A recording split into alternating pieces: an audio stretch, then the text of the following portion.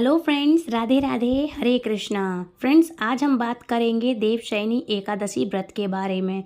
तो हिंदू धर्म में देवशयनी एकादशी का विशेष महत्व माना जाता है। साल में कुल 24 एकादशियाँ होती हैं, लेकिन 2 एक्स्ट्रा होती हैं। तो सभी एकादशी अपने आप में बहुत ही उपयोगी होती हैं और इनका अलग महत्व होता है। सभी एक से बढ़कर एक होती हैं। सभी एकादशियों का बहुत ही विशेष महत्व होता है। इसलिए हिंदू पंचांग के अनुसार देवशयनी एकादशी का व्रत बहुत विशेष है। मैं हर वीडियो में बताती हूँ, हर एकादशी विशेष होती है। इस दिन भगवान विष्णु पूरे 4 माह के लिए योग निद्रा में चले जाते हैं। मतलब भगवान श्री हरि विष्णु 4 महीने तक रेस्ट करते हैं, निद्रा लेते हैं, मतलब अपनी नींद पूरी करते हैं। ऐसे में इस दिन व्रत रखने और पूजन करने से श्री हरि और माँ लक्ष्मी की अपार कृपा प्राप्त होती है। एकादशी व्रत का खास महत्व बताया गया है हिंदू धर्म में। तो यह व्रत जगत के पालनहार भगवान विष्णु को समर्पित होता है। एकादशी के दिन उपवास रखने और विधि पूर्वक पूजा करने से श्री हरि विष्णु की विशेष कृपा मिलती है। प्रत्येक महीने में 2 बार एकादशी का व्रत पड़ता है, पहला शुक्ल पक्ष का और दूसरा कृष्ण पक्ष का। आषाढ़ शुक्ल पक्ष की एकादशी तिथि को देवशयनी एकादशी के नाम से जाना जाता है। इसे हरिशयनी और पद्मनाभा और योग निद्रा एकादशी के नाम से भी संबोधित किया जाता है। मतलब भगवान के सोने की तिथि होती है। इस दिन भगवान शयन करते हैं।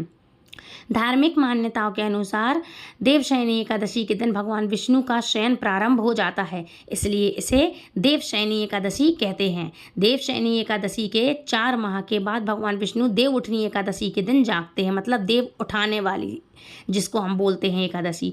तो देव उठनी एकादशी के दिन भगवान विष्णु जागते हैं अपनी निद्रा से। तो आइए जानते हैं कि इस साल देवशयनी एकादशी का व्रत कब रखा जाएगा और पूजा विधि क्या है, मुहूर्त क्या है, पारण समय क्या रहेगा। पूरी संपूर्ण जानकारी आपको एक वीडियो में मिलेगी।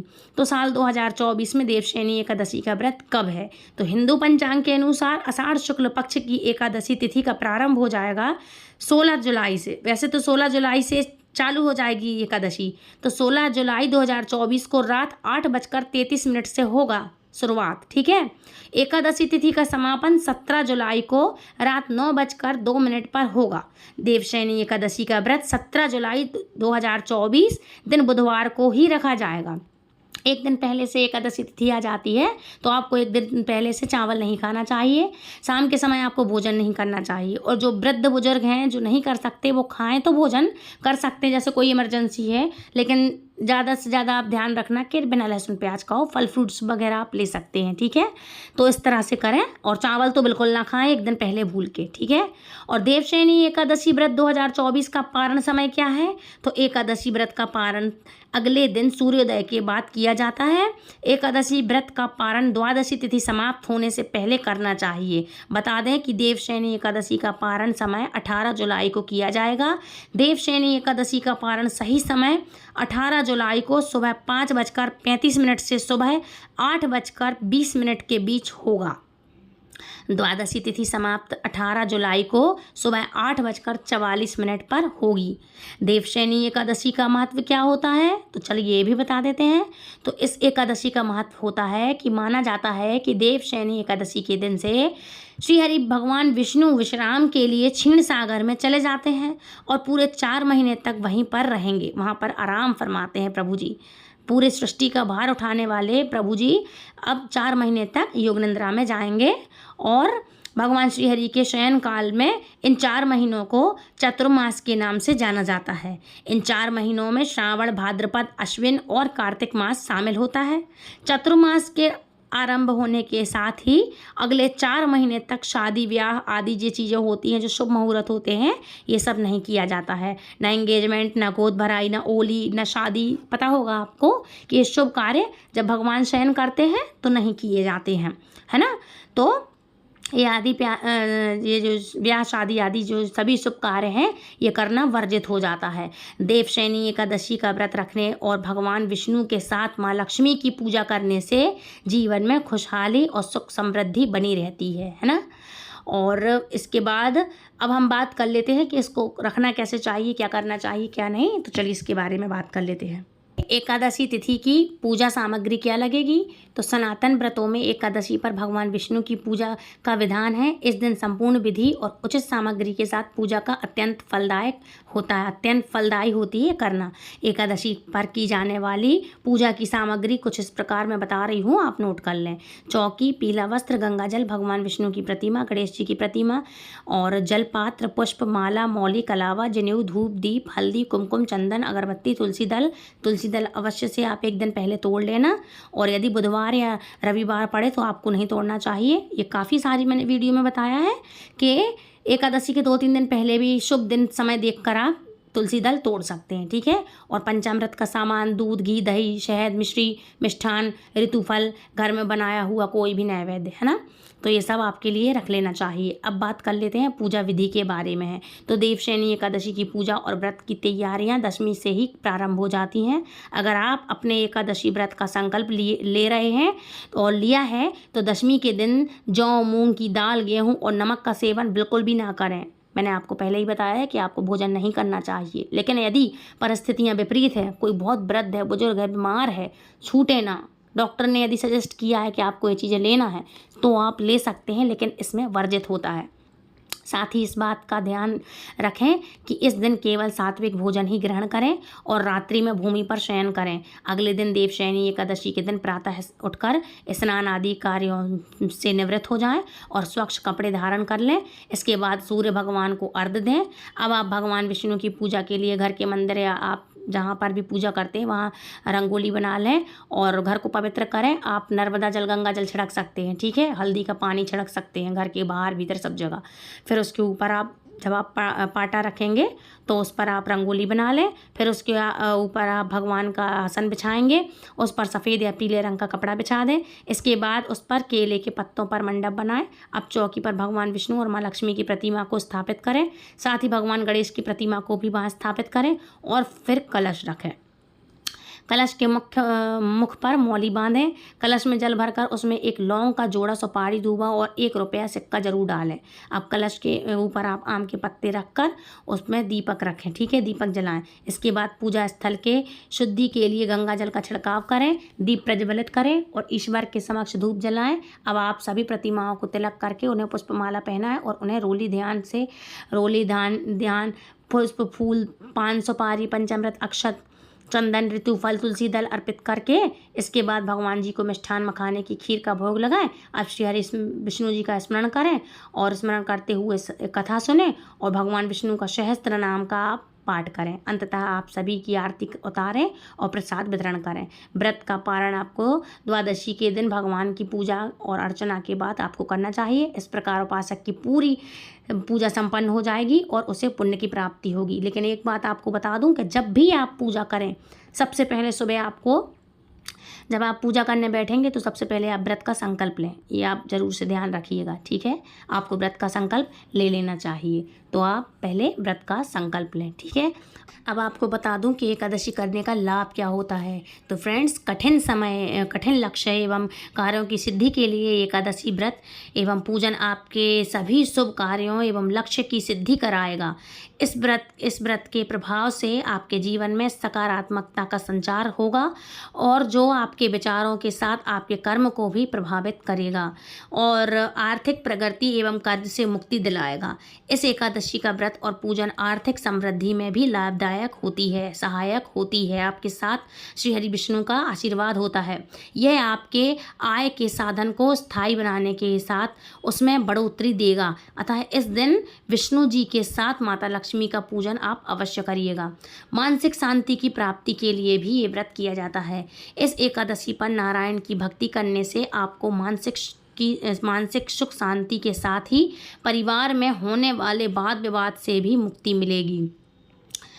पाप कर्मों से भी मुक्ति मिलती है इस व्रत के करने से। जी हाँ फ्रेंड्स, एकादशी तिथि के अधिक देवता भगवान विष्णु हैं, जो आदि देवता हैं, देवादिदेव, जो भगवान देव हैं, श्री हरि विष्णु जी हैं, वो विष्णु हैं एकादशी के देवता, आदिदेव जिनको हम बोलते हैं। तो एकादशी पर उनकी पूजा अर्चना करने से आपको भगवान विष्णु का आशीर्वाद मिलेगा तथा उनकी कृपा से भूलवश किए गए पाप से भी आपको मुक्ति मिल जाएगी और मृत्यु के बाद मोक्ष की प्राप्ति भी होगी। तो कैसे? तो श्री हरि विष्णु को समर्पित इस एकादशी व्रत पर अनुष्ठान करने से आपको मृत्यु के बाद वैकुंठ धाम में स्थान प्राप्त होगा। इस व्रत का प्रभाव बहुत शक्तिशाली होता है फ्रेंड्स, इसलिए जब आप यह व्रत करेंगे तो इसके फलस्वरूप आपको आपके कर्मों का पुण्य फल अवश्य प्राप्त होगा, जो आपको मोक्ष की ओर ले जाएगा। और अब बात कर लेते हैं देवशयनी एकादशी पर विशेष मंत्र के लाभ के बारे में। तो आपको एकादशी के दिन भगवान विष्णु को समर्पित होता ही है ये दिन, तो इस एकादशी पर भगवान विष्णु को प्रसन्न करने के लिए कुछ विशेष मंत्रों का जाप आपको बता दे रही हूँ मैं, जो आपको संपूर्ण फल प्राप्त कराएगा। कुछ जातक एकादशी का व्रत नहीं करते, लेकिन यदि वे भी पूजा पूजा के समय भगवान विष्णु का स्मरण करके नहीं मंत्र में आपको बता रही हूँ, कुछ मंत्र हैं जो आप वो कर लें तो आपको बहुत फलदायक होगा। तो पहला मंत्र है ओम नमो भगवते वासुदेवाय मंत्र। ये इस मंत्र का लाभ है, सर्वोत्तम विष्णु मंत्र माना जाता है, ये बहुत सर्वोत्तम फलदायक है। एकादशी के दिन 108 बार इस मंत्र का जाप करने से भगवान अति प्रसन्न होते हैं और अपने भक्त की हर मनोकामना पूरी करते हैं। दूसरा है कृष्णाय वासुदेवाय हरे परमात्मने पृथक कलेशनाशाय गोविंदाय नमो नमः। इस मंत्र का लाभ होता है जीवन में आंतरिक पारिवारिक कलेश दूर होते हैं। मानसिक दुविधाओं से निजात पाने के लिए इस मंत्र का जाप करते हैं लोग, और उसको करना चाहिए। इससे सारे कष्ट दूर हो जाते हैं। पूरी रामायण महाभारत एक तरफ और ये मंत्र एक तरफ, इसलिए इस मंत्र का जाप आप जरूर कर सकते हैं। किसी भी दुविधा में मुश्किल में फंस जाए, बस इस मंत्र का जाप आप चालू कर दें। नेक्स्ट है नारायणाय विद्महे वासुदेवाय धीमहि तन्नो विष्णु प्रचोदयात्।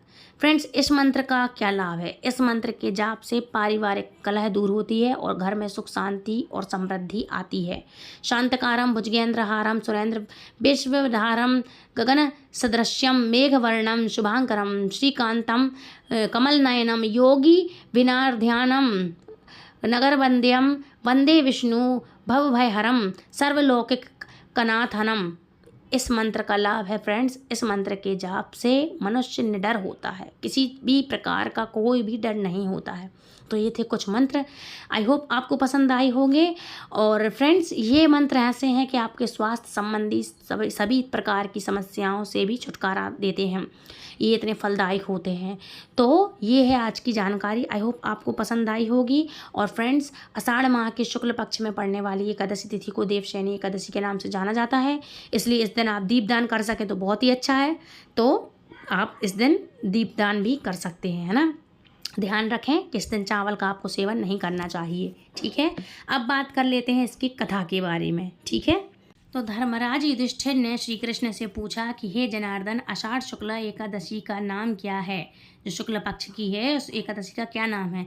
तो इस व्रत के करने की विधि क्या है और किस देवता की पूजा किया जाता है इस दिन? तो भगवान श्री कृष्ण कहने लगे, हे युधिष्ठिर, एक समय नारद जी ने ब्रह्मा जी से यही प्रश्न किया था। तब ब्रह्मा जी ने उत्तर दिया कि हे नारद, तुमने कलयुगी जीवों के उद्धार हेतु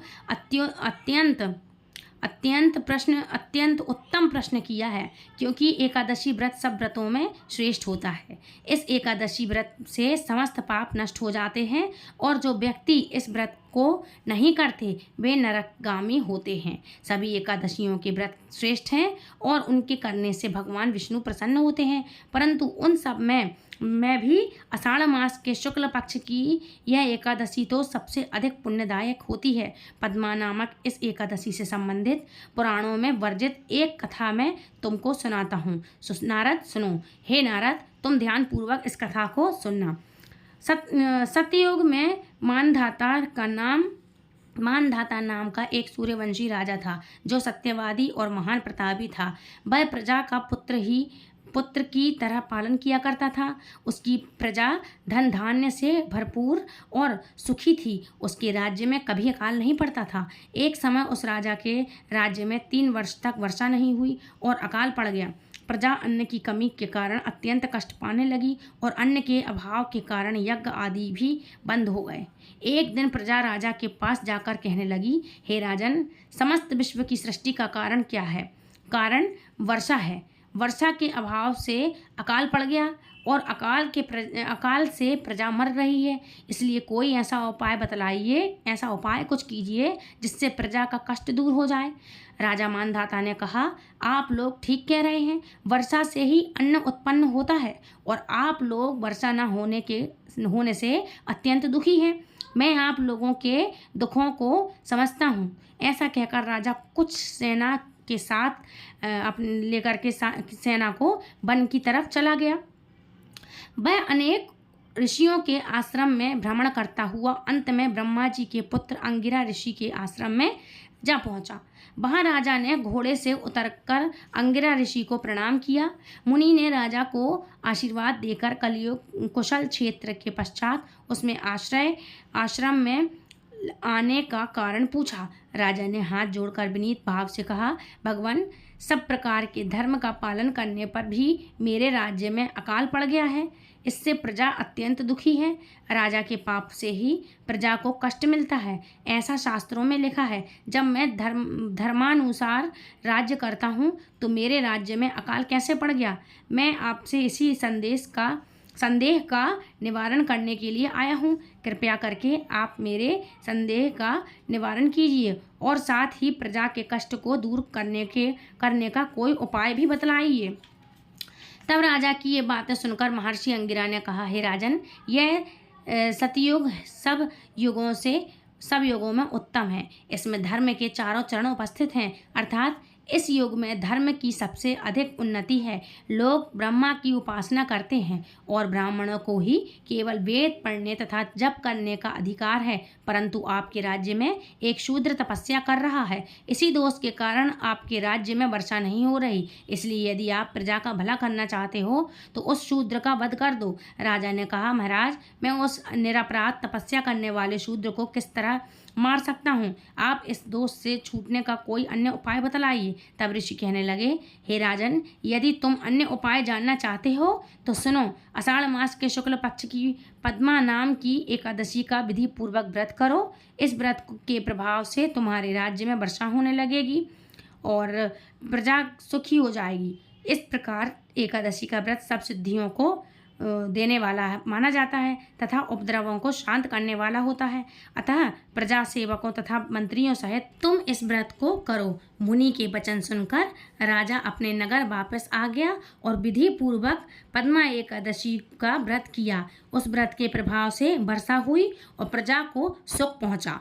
इस हरिशयनी एकादशी का व्रत सभी मनुष्यों को करना चाहिए, क्योंकि यह व्रत इस लोक में भोग और परलोक में मुक्ति देने वाला होता है। इसकी कथा के पढ़ने व सुनने मात्र से ही मनुष्य के समस्त पाप नष्ट हो जाते हैं। तो फ्रेंड्स, आई होप आज की कथा आपको पसंद आई होगी। ये थी आज की कहानी, आज की कथा, है ना, जिसको हम बोलते हैं हरिशयनी एकादशी के नाम से हम इस एकादशी को मतलब जानते हैं और पद्मा एकादशी के नाम से भी जानते हैं।